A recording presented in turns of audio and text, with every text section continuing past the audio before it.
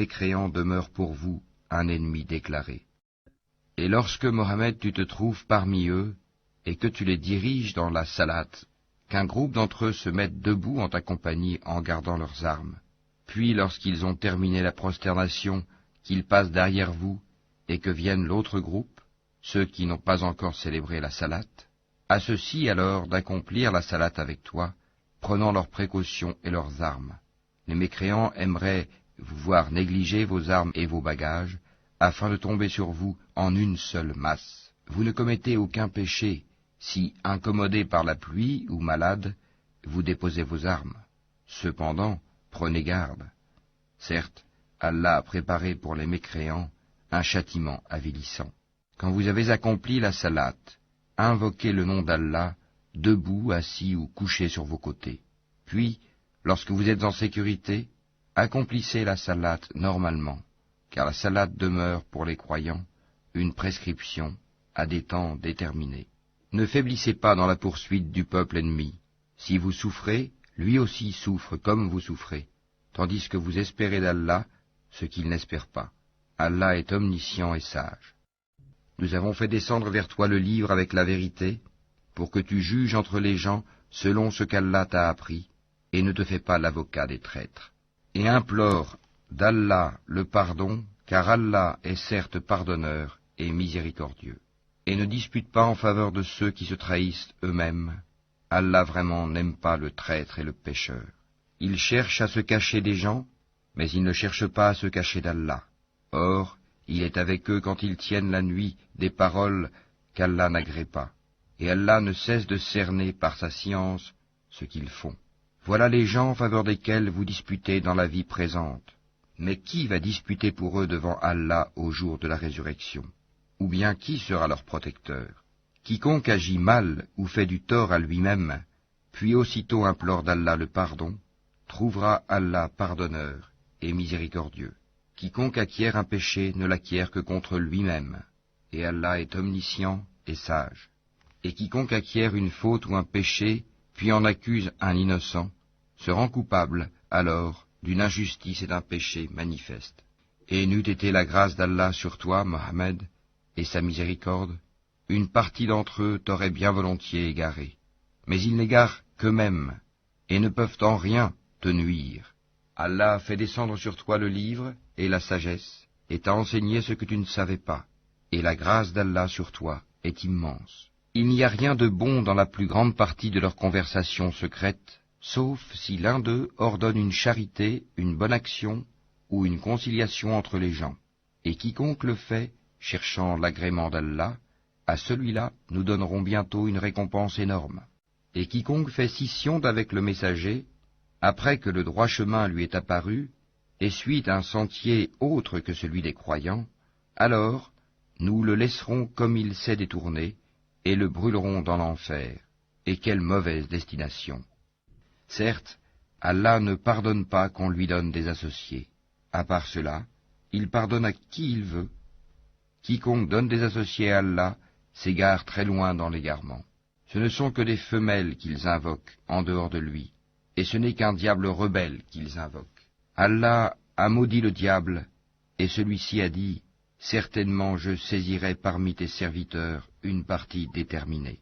Certes, je ne manquerai pas de les égarer, je leur donnerai de faux espoirs, je leur commanderai, et ils fendront les oreilles aux bestiaux, je leur commanderai, et ils altéreront la création d'Allah, et quiconque prend le diable pour allié au lieu d'Allah sera certes voué à une perte évidente.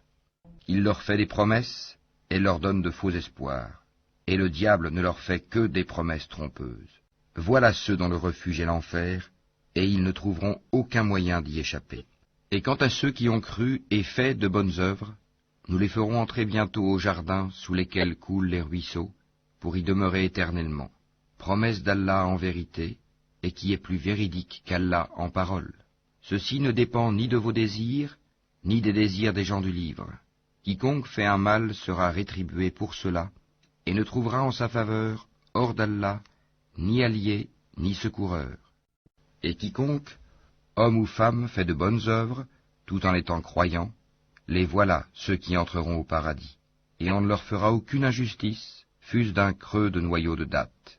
Qui est meilleur en religion que celui qui soumet à Allah son être, tout en se conformant à la loi révélée, et suivant la religion d'Abraham, homme de droiture. Et Allah avait pris Abraham pour ami privilégié. C'est à Allah qu'appartient tout ce qui est dans les cieux et sur la terre, et Allah embrasse toutes choses, de sa science et de sa puissance. Et il te consulte à propos de ce qui a été décrété au sujet des femmes. Dis, Allah vous donne son décret là-dessus, en plus de ce qui vous est récité dans le livre, au sujet des orphelines auxquelles vous ne donnez pas ce qui leur a été prescrit, et que vous désirez épouser, et au sujet des mineurs, encore d'âge faible. Vous devez agir avec équité envers les orphelins.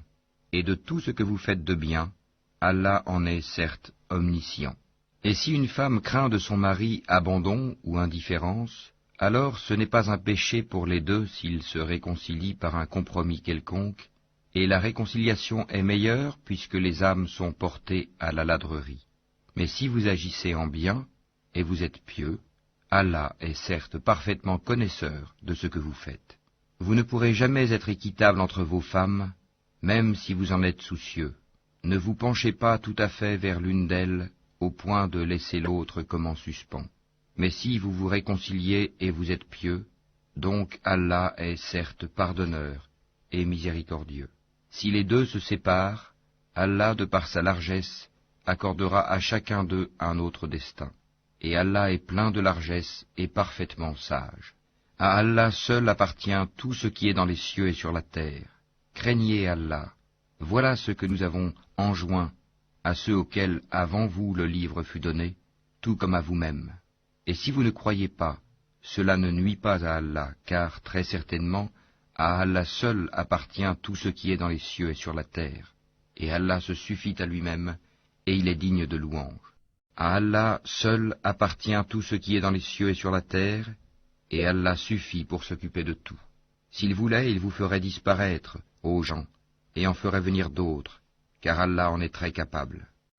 Quiconque désire la récompense d'ici-bas, c'est auprès d'Allah qu'est la récompense d'ici-bas, tout comme celle de l'au-delà. Et Allah entend et observe tout.